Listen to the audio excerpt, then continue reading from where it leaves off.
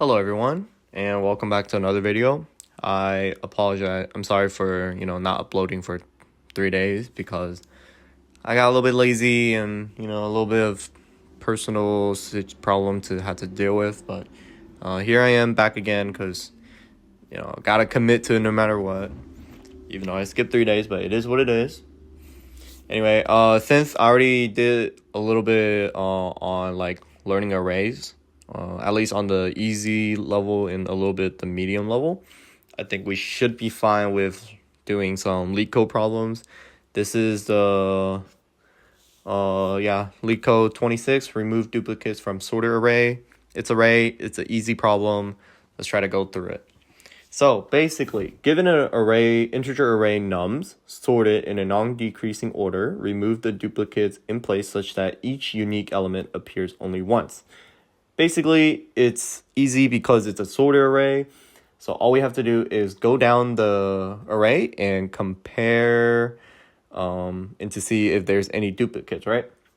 So how I would think is, let's say our goal. Our goal is we want to remove duplicates number from a sorted array and return the unique numbers that are left.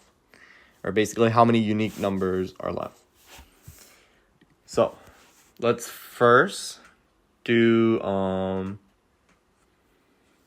my thought process would be we'll be comparing the current number and the previous number and see if they are equal.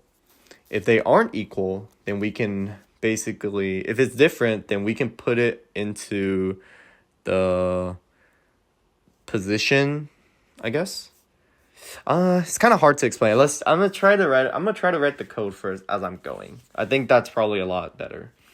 So let me create a index of 1. And the reason, this is basically the starting position, but we're doing the starting position at the second place because the first element is always unique. So if we, for example, take this example 1 of input, this first position, it's always going to be unique. And we're going to compare the second position with the first position. And we're going to create a for loop, which is I equals 1, and I is less than nums.length, I plus plus. So this is going to loop through the array starting from the second element. And we're going to create an if statement. So the if statement is going to check basically the current number and see if it's different from the previous number. If it's the same, we should just skip it. But if it isn't, then we should do something about it. So if it's not the same, then from previous number, which is I minus 1. Then our next step is to check. So if it's different, we should basically put it at the next empty position in the array. Let's try it. Let's see. It's like kind of like we're gonna do. Ooh, why did it just do that? There we go. I'm gonna write it down first and then index plus plus. So I can write a comment. Yeah. So if it's actually, let's write the comment through for everything. This right here, start from the second position, only cause the first, is always unique. Right here, loop through the array, starting from the second element, like that. And then this right here will basically check if the current number is different from the previous. If it is different, put it at the next empty empty position in the array. Yeah, okay, well, put it in the next empty position. And then lastly, you move basically the empty position to the right. Lastly, let's try to return the index.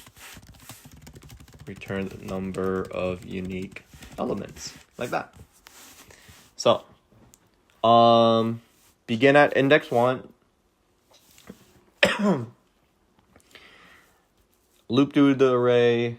If the numbers is different, we basically move the current number, this one, to the next available spot in the array, which is this one. And then afterward, we increase the index to keep track of the next, basically, spot, I guess. And then after the loop, the index will tell us how many unique elements are in the array. So let's take, back to this one, for example.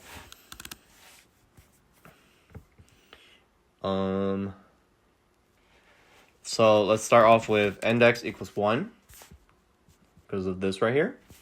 And then the loops begins at I equals 1. Okay? So if we're looking at the case, we start here, and yep. Now we're gonna compare the num1 and num0 because of this.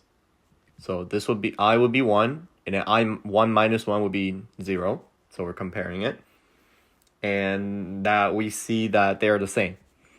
If they are the same, that means this if condition is false. We do nothing about it. We just skip. So this is basically skipped because they're the same.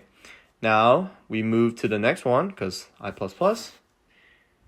So I equals, index is still equal to 1, but I equals to 2 this time. Now we compare num2 and num1 because 2 minus 1.